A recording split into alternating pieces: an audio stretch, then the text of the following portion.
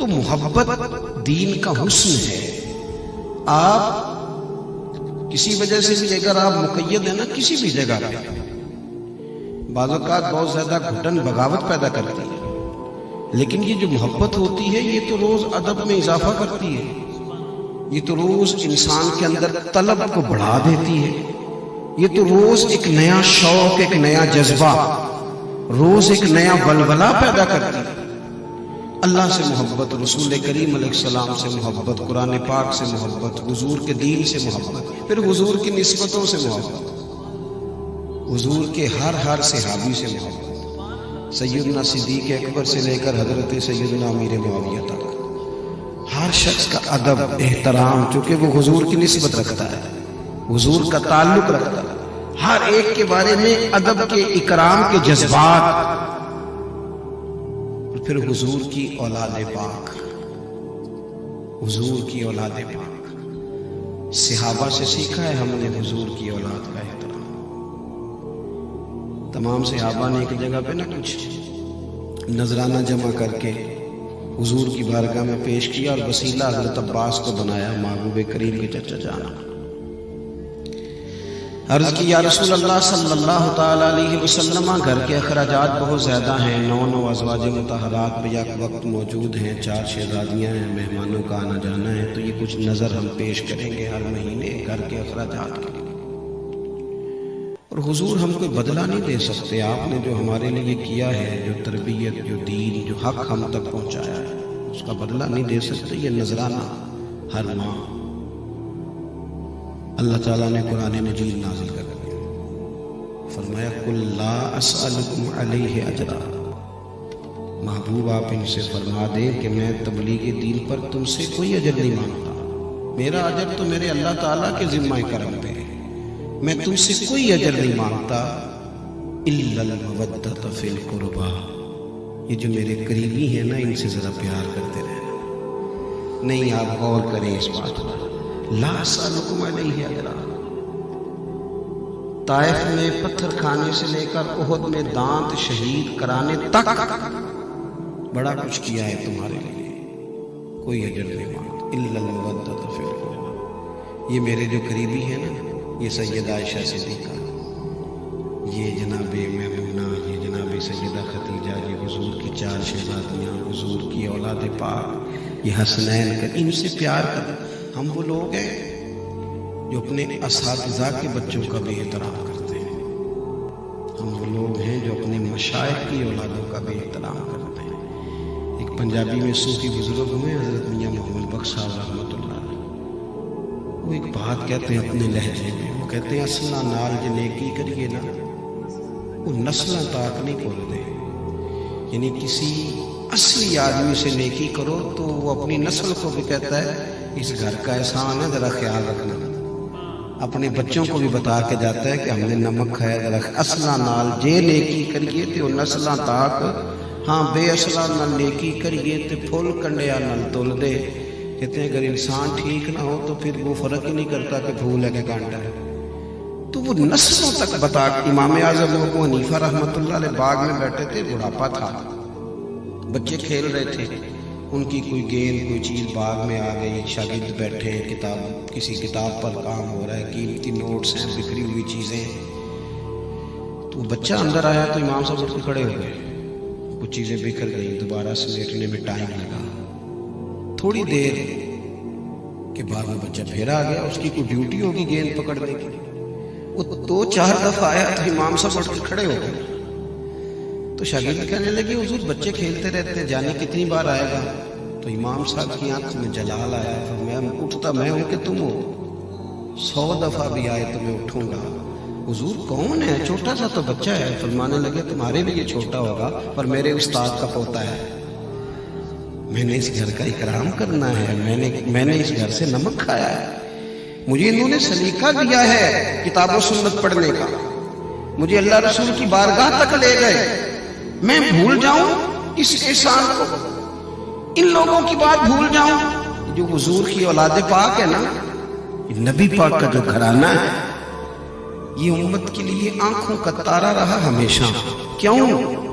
اس لیے کہ رسول پاک کی جو ان کے ساتھ دلچسپیاں ہیں، نبی پاک علیہ السلام کا جو ان کے ساتھ پیار ہے، حضور سید عالم علیہ السلام، دیکھیں نا محبوب کی بڑی شہزادی جناب سیدہ زینب رضی اللہ تعالیٰ عنہ، وہ ہر ایک دفعہ کہیں گھومتا گھومتا، ان کے خامد شروع میں مسلمان نہیں تھے تو وہ انہوں نے فدیہ دینا چاہا تو وہ ہار آ گیا محبوب کے سامنے، تو حضور نے اسے دیکھا، بچی کا ہار بیٹی کا، شہزادی کا، اسے دیکھ کے آنکھوں میں آنسو آ گئے۔ حضور کا اپنی اولاد پاک کے ساتھ دیکھو ہمارے ہاں بہت سارے لوگ ہیں، وہ جب تھوڑے سے جناب اور صاحب ہو جاتے ہیں تو گھر میں وقت نہیں دیتے۔ بچے آپ سے وابستہ ہوں، وہ کیوں کسی اور کو اپنا دکھڑا سنائیں؟ ان کو پتا ہو کہ میں والد، آپ نے ناراض نہیں ہونا اگر میں کوئی سخت بات کر دوں۔ شکوہ اس لیے بچوں کا نہیں ہے کہ وہ موبائل زیادہ دیکھتے ہیں، والد بھی تو ان کے پاس بیٹھا گردن نہیں نہ اٹھاتا، اس سے کچھ کہنا چاہتے ہیں، اس سے کھیلنا چاہتے ہیں، اس کے کندھوں پہ بیٹھنا چاہتے ہیں۔ وہ ترس رہے تھے یہ شام کو گھر آئے، لیکن اس کو وہ تو کہتا راستے میں وائی فائی نہیں تھا، وہ تو تلاش کر رہے کہ چند لمحے اس کے پاس بیٹھیں گے، اسے بات سنائیں۔ نبی پاک علیہ السلام بچوں کے ساتھ کھیل رہے تھے، محبت کر رہے تھے، تو ایک صاحب نے کہا یا رسول اللہ بڑا وقت دیتے ہیں، میں تو بچوں کو اتنا وقت نہیں دیتا۔ تو جو حضور نے بات جواب میں ارشاد فرمائی وہ دستور حیات ہے ہر والد کے لیے، دادا کے لیے، نانا کے لیے۔ یا رسول اللہ آپ تو بڑا ہی ٹائم دے رہے، میں تو نہیں وقت دے پاتا بچوں کو۔ پتہ محبوب کریم نے کیا فرمایا؟ حضور فرمانے لگے اگر اللہ نے تیرے دل سے رحمت نکال لی ہے تو میں کیا کروں؟ مجھے تو اس نے رحمت للعالمین بنایا ہے۔ وابستگی حضور کی اپنے کاشانہ نور کے ساتھ، مصروف ہیں حضور کے اوقات، بڑے مصروف اوقات ہیں۔ آپ کبھی ترتیب دیں گے نا، حضور علیہ السلام نے جو اوقات دیے امت کو، دین کو، تو اس میں کوئی گنجائش نہیں ہے، لیکن پھر بھی بچوں کو وقت دینا۔ دیکھیں نا خاص کر کے حضور نے فرمایا فاطمہ آج میرا دل کرتا ہے میں آپ کے گھر میں رات گزاروں، بیٹی کے گھر میں رہوں گا۔ مطلب اب ہم اس سے بھی بڑے ہو گئے، بیٹیاں انتظار کرتی ہیں والد کبھی آئیں، فون کرتی ہیں پردیس، بھائیوں کی بہنیں منتظر رہتی ہیں، اور بھائی کے پاس یاروں سے گپے لگانے کا ٹائم ہے، وہ کہتی ہے چل 2 منٹ میرا کبھی حال ہی پوچھ لیا کر، لیکن وقت نہیں ہے۔ ہم نے لا یعنی بے معنی بے مقصد مصروفیات اپنے اوپر اوڑھ لی، کوئی معنی نہیں ہے ان کاموں۔ اور یہ جو خلوص کے رشتے، وفا کے رشتے، درد کے رشتے فراموش کر بیٹھے۔ گھر والی صبح سے منتظر تھی کہ یہ شام کو آئے گا تو میں کوئی بات کروں گی، کوئی 2 جملے اس سے کہوں گی اسے۔ اور آپ دیکھیں نا کبھی موقع نہیں ہے زیادہ تفصیل میں جانے کا، اللہ کے حبیب علیہ السلام نے ایک دن فرمایا عائشہ جب تم مجھ سے راضی ہوتی ہو پھر بھی مجھے پتہ چل جاتا ہے، اور جب تمہارے دل میں کوئی بات ہوتی ہے تو پھر بھی پتہ چلتا ہے۔ تو حضرت عائشہ صدیقہ فوراً یا رسول اللہ وہ میرے دل میں بات کیا ہوا؟ تو یہ ذرا دیکھنا، ہم تو وہ دیر تک بات کر رہی ہے تو ہم تو توجہ نہیں دے رہے، لیکن محبوب پاک علیہ السلام روٹین کی باتوں کا بھی خیال رکھتے کہ کون مجھ سے کیا کہنا چاہتا ہے، کیا توقع رکھتا ہے، کس کو کس طرح میری ضرورت ہے، اس کا خیال رکھا جاتا ہے۔ حضور نے فرمایا عائشہ جب کچھ تمہارے دل میں بات ہوتی ہے مجھے پتہ چل جاتا ہے۔ کہ یا رسول اللہ ایسی کوئی بات نہیں، آپ فرمائیں۔ تو حضور فرمانے لگے بتاؤں؟ یا رسول اللہ فرمائیے۔ فرمایا تم کبھی کبھی قسم اٹھاتی ہو؟ حضور اٹھاتی ہوں۔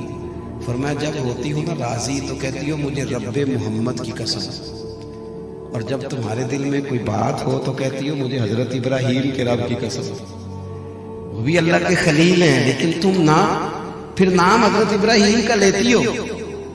قربان جائیں سیدہ عائشہ رو پڑی۔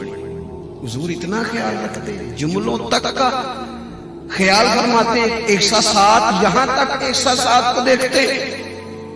عرض کرنے لگے یا رسول اللہ وہ میرے لبوں سے نام ہی جاتا ہے پر میرے دل سے کوئی بات بھی نہیں نکلتی، آپ کا پیار احترام ہر چیز اسی طرح موجود۔ تو حضور نے فرمایا فاطمہ رضی اللہ تعالیٰ عنہ میں رات آپ کے گھر میں آج میرا ارادہ ہے. اچھا دیکھیں یہ شہزادی دور نہیں رہتی حضور، شہزادی تو رہتی ہے، لیکن اس کے باوجود خاص ٹائم دینا. ایک تو ہمارے لیے یہ سبق ہے کہ کچھ خاص اوقات مخصوص کیے جائیں گھر والوں کے، اور دوسرا یہ کہ اہل بیت اطہار کی اہمیت امت کے سامنے محبوب نے اجاگر فرمائی. حضرت فاطمہ رضی اللہ تعالیٰ عنہ فرماتی ہیں رات کو حضور تشریف لائے، حسنین کریمین کو ساتھ سلایا. رات کا وقت ہوا نا تو حضرت حسن نے دودھ مانگا. میں کہہ چکا ہوں کہ وہ ماں بدولت جو ہے نا، یعنی میں حضرت صاحب ہوں، میں قبلہ ہوں، میں پیر صاحب ہوں، اور میں جج صاحب ہوں، اور میں پروفیسر صاحب ہوں، میں تاجر صاحب ہوں، اور بھیا والد صاحب بھی تو ہیں، آپ نانا جان بھی تو ہے، آپ دادا جان بھی تو ہے، آپ بھائی جان بھی تو ہے. ان چیزوں ان رشتوں کا بھی تو آپ کو خیال کرنا ہے نا.